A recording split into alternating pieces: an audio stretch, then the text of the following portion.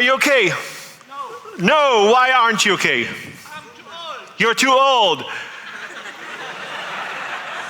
This is a cyber conference, not a biotechnology conference. I cannot solve your problem, sir. If you have a virus, a computer virus, there's like 20,000 people here that can help. Beside this gentleman, everybody here is okay? Yeah? Anyone else want to yell kind of a problem that I will not be able to solve? Okay, so let's shake ourselves for a second. We had lunch, it was hard, but we're gonna do that. The second half of the day is amazing. We're gonna have amazing speakers, and now we're gonna have a chat between two gentlemen, and I want to call them to the stage if that's okay by you. Is this okay? Is it okay? Yeah, I'm trying to wake you up. I'm not doing a good job. Okay. So, what? I'll tell you a joke. You want a joke? One joke. Forrest Gump, his password. What's Forrest Gump password? You know? One password, one. Nobody got it? One password, one. It is your fault. It is your fault.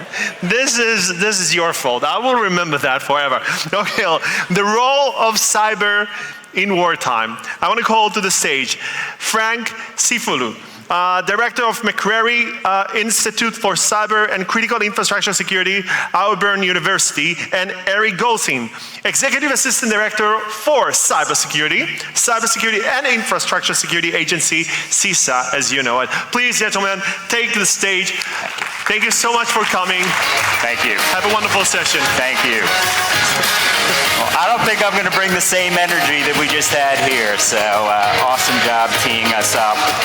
Absolute pleasure to be with everyone today, and I'm actually ceding some of my time to my good friend Eric Goldstein, which is very rare because I never have an unspoken thought and I never let anyone grab a mic away from me. But when looking at warfare, I think it's critical and instrumental to be able to look at it from a red-blue perspective, from offense, defense. It's not one or the other, it has to be both. And what I thought I would do is very briefly tee up a couple of conceptual ideas and principles on the national security level, and then bring the practitioner, real-world expertise in terms of Eric and what CISA is doing right now in the midst of a real war in terms of Russian aggression and invasion of Ukraine, and some of the steps CISA is taking domestically to enhance our cybersecurity efforts. So the topic, cyber and warfare, I mean, that's a broad topic. In terms of breadth and depth, that could be a many-hour lecture. Sadly, I've done that many times. The good news is I will not do that today. What I thought I'd do is just pick up on a couple of themes that we're seeing and jump right into the conversation. Cyber conflict's an everyday occurrence. I mean, the reality is we spent a lot of time grappling with this topic through the U.S. Cyberspace Solarium Commission, which led to a number of changes in law in the United States. And I'm not sure we ever answered that question as well as we ought to, or as well as anyone can at this point. Much of the conflict we see falls below the threshold of traditional warfare, but no one should take solace in that respect. Countries such as Russia, China, Iran, North Korea, and others are integrating computer network attack and computer network exploit into their warfighting strategy and doctrine. And the reality is we're seeing bits and pieces of it as we speak.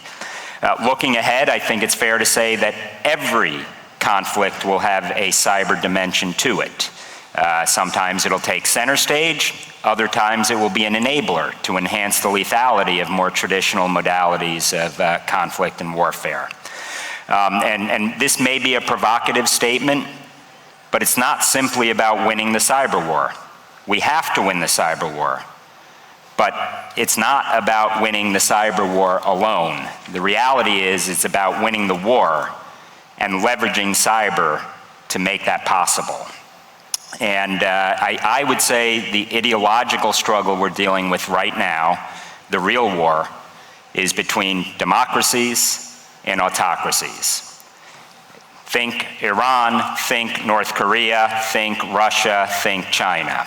The reality is whatever's playing out in the real world is also playing out in the cyber world. And you cannot take cyber and treat it in isolation of geopolitics. The reality is it's an instrumental element of national power today. So you can't divorce that from all of these issues.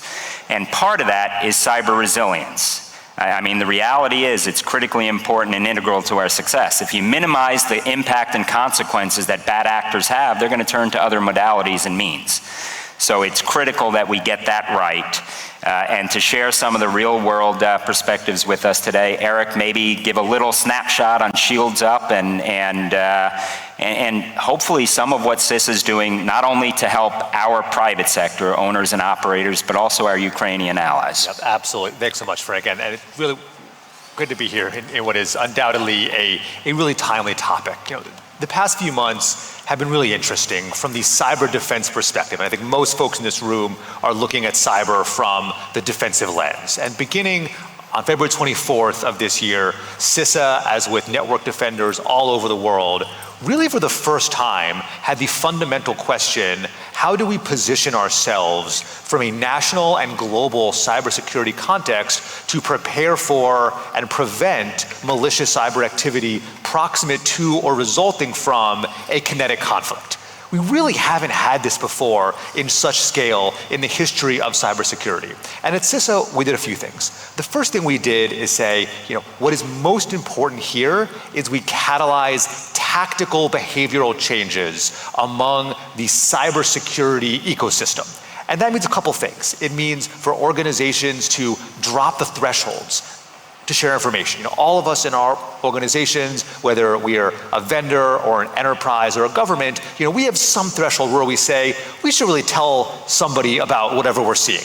And for most organizations, that might be a pretty high threshold, right? You might need to go ask a lawyer, ask a compliance officer. And what we saw here is, particularly during this time of heightened risk, where we are seeing the risk of wartime activities spill over into cyberspace, even beyond the immediate area of conflict, we need to drop those thresholds down.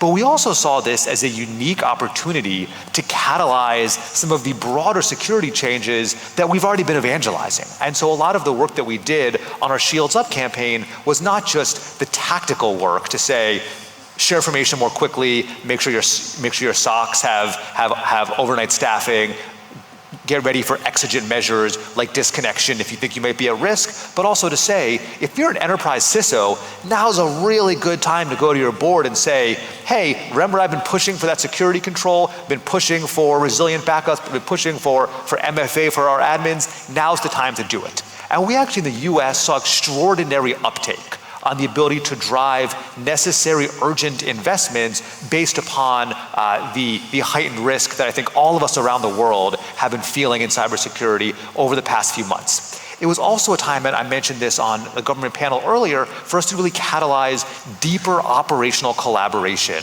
between public and private cybersecurity organizations, where because I think many of us in the community saw this as really a new kind of risk, a new gravity of threat, catalyzing operational sharing, not just throwing some IOCs in a text file via email, but actually getting operators in a shared environment, sharing what we're seeing, figure out what it means, and then driving action from that. And a lot of the cybersecurity products that CISA put out with many of our international partners were derived exactly from that collaboration.